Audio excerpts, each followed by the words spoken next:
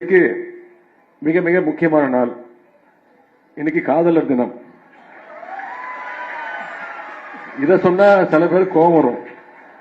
அவங்க எல்லாம் காதலர் தினத்தை கொண்டாடக்கூடாதுன்னு சொல்லுவாங்க. காதலர் தினத்தை கொண்டாடாம இருக்க முடியுமா? ஒவ்வொரு நாளுமே காதலர் தினம் தான். அப்படிப்பட்ட முக்கியமான தினத்தில் இன்றைக்கு திருமணத்தை நடத்தி வைக்கின்றோம்.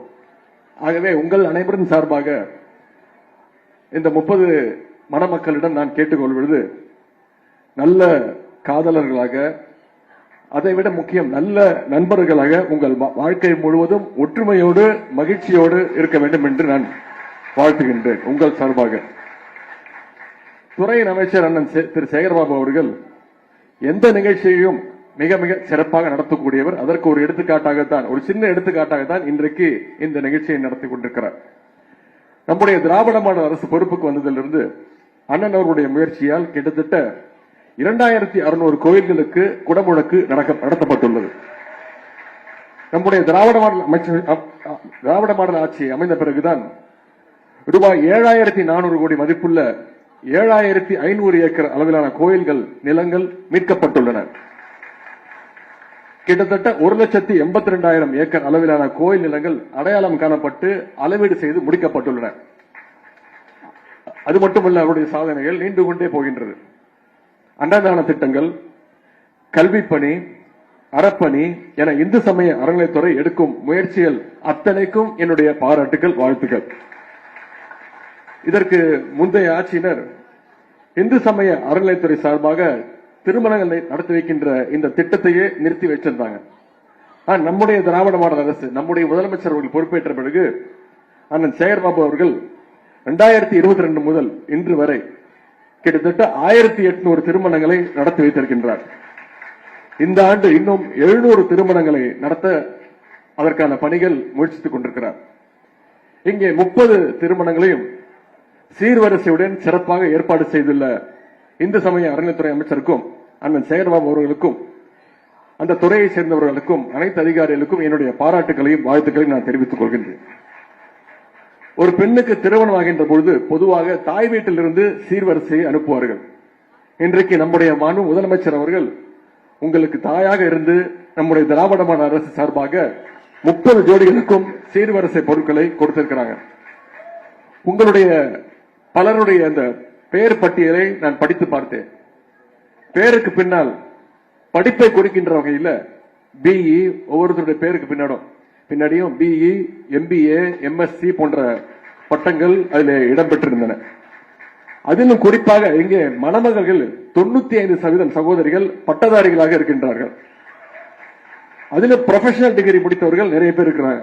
இதெல்லாம் வெறும் தமிழ்நாட்டில் மட்டும்தான் சாத்தியம் என்பதை நீங்கள் புரிந்து கொள்ள வேண்டும். 100 ஆண்டுகளுக்கு முன்பு உங்களுடைய தாத்தா பாட்டி காலத்தில் இதெல்லாம் சாத்தியம்னா நிச்சயமா சாத்தியம் கிடையாது. அப்பெல்லாம் படிப்பதற்கு, பெண்களுக்கு குறிப்பா படிப்பதற்கு உரிமையே கிடையாது. இன்றைக்கு நம்முடைய வீட்டு பிள்ளைகள் பின்னால், பெயருக்கு பின்னால் படிப்பு ஒரு பட்டமாக இருந்து கொண்டிருக்கிறது. அன்றைக்கு படிக்க விடாமல் செய்த அந்த அழிவிலிருந்து நம்முடைய மக்களை மீட்டெடுத்து மாபெரும் புரட்சியை இந்த மண்ணில் நிகழ்த்தி காட்டியதுதான் நம்முடைய திராவிட இயக்கம் என்பதை நீங்கள் புரிந்து கொள்ள வேண்டும். அந்த திராவிட இயக்கத்தாலும் தான் தந்தை பெரியார், பேரறிஞர் அண்ணா, முத்தமிழர் கலைஞருடைய வழியில அவருடைய உழைப்பாலும் அவருடைய தந்த திட்டங்களாலும் இன்றைக்கு நீங்கள் மட்டுமல்ல, ஒட்டுமொத்த தமிழ்நாடுமே கல்வியில் சிறந்ததான ஒரு மாநிலமாக திகழ்ந்து கொண்டிருக்கிறது. அதற்கு ஒரு எடுத்துக்காட்டு, குறிப்பாக தமிழ்நாட்டுடைய GER, கிராஸ் என்ரோல்மெண்ட் ரேஷியோ, அதாவது உயர்கல்வி பள்ளிக்கூடம் முடிச்சிட்டு காலேஜ் போய் சேருகின்ற சதவீதம் 47%. இந்தியாவிலேயே அதிகமான 47% GER-ஓடு நம்முடைய தமிழ்நாடு சிறந்த மாநிலமாக திகழ்ந்து கொண்டிருக்கிறது. முதலமைச்சர் எடுத்து வருகின்ற நடவடிக்கைகளால், நம்முடைய திராவிட மாடல் அரசு செயல்படுத்தி வரும் திட்டங்களால் இன்றைக்கு இந்திய ஒன்றியம் மட்டுமல்ல, ஒட்டுமொத்த உலகமே நம்முடைய தமிழ்நாட்டை பார்த்து பாராட்டி கொண்டிருக்கிறது. பேரறிஞர் அண்ணா அடிக்கடி சொல்வார், வீடு நன்றாக இருந்தால்தான் நாடு நன்றாக இருக்கும் என்று குறிப்பிடுவார். ஆகவே நான் மணமக்களை கேட்டுக்கொள்வது, வீட்டை நீங்கள் நன்றாக பார்த்துக் கொள்ளுங்கள். உங்களை, இந்த நாட்டை பார்த்துக் கொள்ள நம்முடைய முதலமைச்சர் அவர்கள் உழைத்துக் கொண்டிருக்கிறார்கள். கழக அரசு அமைந்து கிட்டத்தட்ட 4 வருடங்கள் ஆகின்றது. இந்த 4 வருடங்கள்ல நம்முடைய திராவிட மாடல் அரசு பல்வேறு திட்டங்களை செயல்படுத்தி இருக்கின்றது. சிலவற்றை மட்டும் இங்கே குறிப்பிட நான் விரும்புகின்றேன்.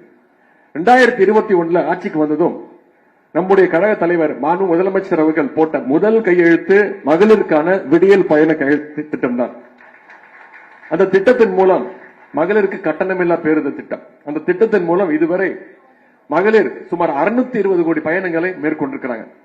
இந்த திட்டத்தின் மூலம் ஒவ்வொரு மகளிரும் தாய்மார்களும் ஒவ்வொருத்தரும் மாசம் கிட்டத்தட்ட 900 ரூபாய் வரைக்கும் சேமிக்கிறாங்க. அடுத்து பெண்கள் படிக்க வேண்டும், பள்ளிக்கூடம் முடிச்சு வீட்டில் உட்காரக்கூடாது, அதுக்கப்புறம் காலேஜ் போய் உயர்கல்வி படிக்கணும்னு புதுமை பெண் அப்படின்ற திட்டம். மாணவிகளுக்கு உயர்கல்வியில் சேர்கின்ற ஒவ்வொரு மாணவிக்கும் மாதம் 1000 ரூபாய் கொடுக்கக்கூடிய அந்த புதுமை பெண் திட்டத்தை முதலமைச்சர் அவர்கள் துவங்கி வச்சாங்க. மாணவிகளுக்கு மட்டுமல்ல, மாணவர்களுக்கும் உண்டு என்று சென்ற வருடம் தமிழ் புதல்வன் திட்டத்தை துவங்கி வச்சாங்க. இந்த 2 திட்டத்தின் மூலம் கிட்டத்தட்ட 8 லட்சம் மாணவ மாணவிகள் பயன்பெற்றிருக்கிறாங்க. அதே போல காலையில எழுந்து சீக்கிரம் வேலைக்கு போற பெற்றோர்கள் குழந்தைகளை வெறும் வயசுல பள்ளிக்கூடத்திற்கு அனுப்பிச்சு வச்சிருவாங்க, கிராம பகுதிகளில் முக்கியமா. ஆனால் இன்றைக்கு நம்முடைய முதலமைச்சர் அவர்கள் இந்தியாவிலேயே எந்த மாநிலத்திலும் இல்லாத ஒரு திட்டம், அதுதான் முதலமைச்சருடைய காலை உணவு திட்டம். காலையில குழந்தைங்க பள்ளிக்கூடத்திற்கு போனா 1ஆம் வகுப்பிலிருந்து 5ஆம் வகுப்பு வரை அனைத்து குழந்தைகளுக்கும், 1ஆம் வகுப்பிலிருந்து 5ஆம் வகுப்பு வரை அரசு பள்ளியில் படிக்கக்கூடிய அனைத்து குழந்தைகளுக்கும் காலையில பள்ளிக்கூடத்திற்கு போனா முதல்ல தரமான உணவு, காலை உணவு, அதன் பிறகுதான் அவங்களுக்கு கல்வி. ஒவ்வொரு நாளும் 20 லட்சம் குழந்தைங்க இந்த திட்டத்தின் மூலம் பயன்பெற்றுக்கிட்டு வராங்க. எல்லாவற்றுக்கும் மேலாக நம்முடைய தேர்தல் அறிக்கையில சொன்ன திட்டம், அதை செயல்படுத்திய நம்முடைய தலைவர் அவர்கள், அதுதான் கலைஞர் மகளிர் உரிமை தொகை திட்டம். ஒவ்வொரு மாதமும் 1,15,00,000 மகளிருக்கு மாதம் 1000 ரூபாய் கலைஞர் மகளிர் உரிமை தொகை சென்று கொண்டிருக்கிறது. மாண்பு முதலமைச்சருடைய அறிவுரையை பெற்று இன்று 3 மாதங்கள்ல இன்னும் அதிகமான மகளிருக்கு உரிமை தொகை வழங்கவும் நம்முடைய திராவிட மாடல் அரசு நடவடிக்கை எடுத்துக்கிட்டு இருக்கு. எனவே இந்த அரசு உங்களுக்கான அரசாக, உங்களுக்காக உழைக்கின்ற அரசாக செயல்பட்டு வருது. உங்களுக்கெல்லாம் தெரியும், செய்திகள்ல பார்த்திருப்பீங்க, தொலைக்காட்சியில பார்த்திருப்பீங்க. சமீபத்தில் ஒன்றிய அரசு இந்த ஆண்டிற்கான பட்ஜெட்டை அறிவித்தது. நான் கூட சொன்னேன், ஒன்றிய அரசு பட்ஜெட் இல்ல, ஒருத்தருக்குமே யூஸ் இல்லாத பட்ஜெட், யூஸ்லெஸ் பட்ஜெட் சொன்னேன். ஏன்னா தமிழ்நாடு அரசுக்கு அவங்க 1 ரூபாய் கூட இந்த பட்ஜெட்ல ஒதுக்கல. அரசுக்கு தான் 1 ரூபாய் கூட ஒதுக்கலன்னா தமிழ்நாடுங்கிற பெயர் கூட அந்த பட்ஜெட்ல இடம்பெறல.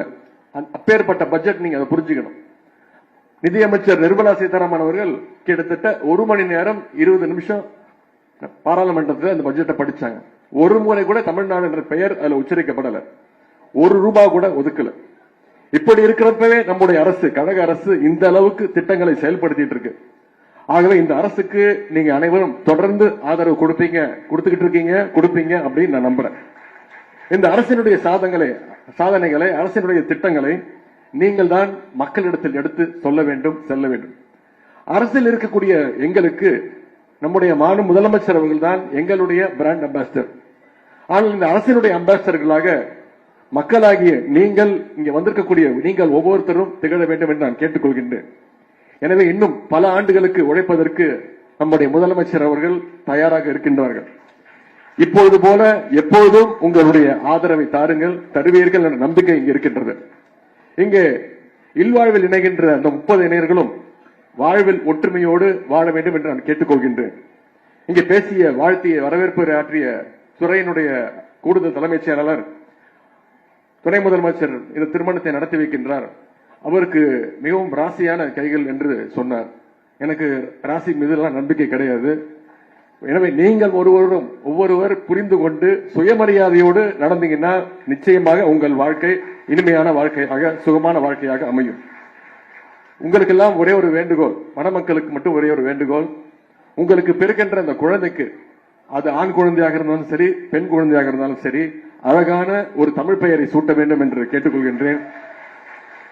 அண்ணன் சேகர்பாபு அவர்கள் சொன்னார்கள், 100 ஆண்டு வாழ வேண்டும் என்று நான் வாழ்த்தவில்லை, 200 ஆண்டு வாழ வேண்டும் என்று. அது சாத்தியமில்லை. ஆனால் அவர் எந்த 200 என்று சொன்னார் என்று நிச்சயம் உங்களுக்கெல்லாம் புரிந்திருக்கும்.